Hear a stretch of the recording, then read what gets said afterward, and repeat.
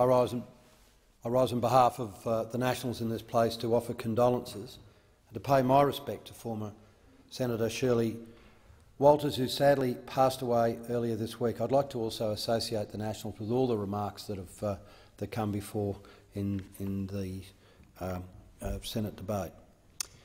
Shirley Walters made a tremendous contribution to the nation as a nurse, a senator and a mother.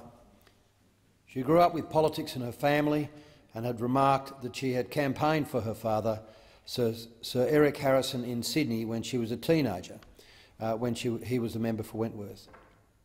Her time in nursing did draw some interest in this place when she remarked that she had used heroin some years ago, although later did clarify that she was referring to her patients. As others have remarked, Senator Walters was the first woman to be elected in the Senate from the state of Tasmania, and we pay respect to her for that remarkable achievement at that time in this place. Just like other women who led the way, Senator Tagney, the first ever woman elected to the Senate, or from my own home, my good friend Senator Trish Crossan. These women were a role model for their families and communities and for this nation. Shirley Walters showed all Tasmanian women what was possible, and the Senate and the rest of Australia is better for her efforts. Elected in 1975, she was at the forefront of promoting better outcomes for Australian women and remarked in 1976 that if women are disadvantaged, then the whole of Australia should be concerned. I think it's this sentiment that goes to the heart of our responsibilities as senators in this place.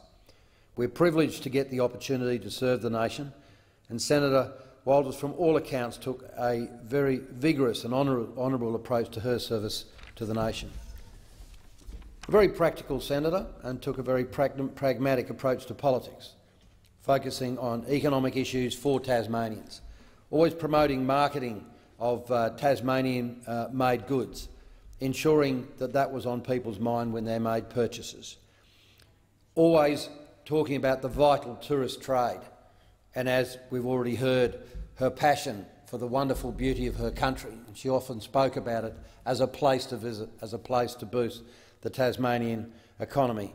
And I acknowledge these are still issues that Tasmanian senators like yourself, Mr President, are still advocating for today. I don't think you can ever question what she stood up for and what she believed in.